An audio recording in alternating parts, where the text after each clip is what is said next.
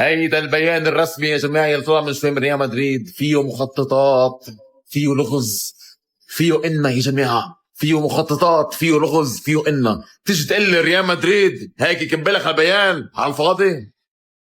والله يا جماعه الاحساس عم يزيد اقوى. هلا الاحساس يا جماعه زاد اكثر واكثر. اسمع، بيان رسمي من ريال مدريد ينفي بشكل قاطع كل انباء التفاوض الرسمي بينه وبين اللاعب المباشر. يا جماعه ركزوا، مش والله الريال مع البيان وهو رفضوا وهو المبدل اياه، لا ركز. المباشر يعني الريال ما فات مباشره مع اوليزيان، لا، الريال بدق الباب، بدق الباب وبجيب يا اخي، بدق الباب وجيب مثل ما حيدق الباب وحيجيب اللاعب يا جماعه. وانا اتحدى اي شيء بتكون، انا اتحدى الا دقنا يا جماعه.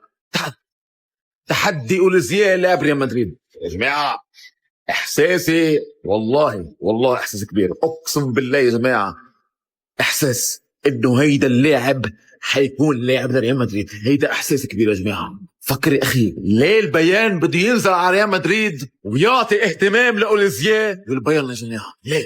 انت اللي ليه هالكل احترام ويقول لك نحن علاقتنا ممتازه مع بايرن؟ ليه؟ لانه بده يفوز تفاوض مباشر مع بايرن وليس اللاعب يا جماعه. الريال بدق الباب، تعالوا ورا هيك، بدق الباب يا جماعه، تعالوا ورا. هيدا حيصير يا جماعه، بدك ترجع لي هيدا اللاعب لاعب لريال مدريد ورجعوا لي عن قريب. والله يا جماعه لا ترجعوا لي، والله اذا اجى هاللاعب على ريال مدريد وهيدا احساس كبير.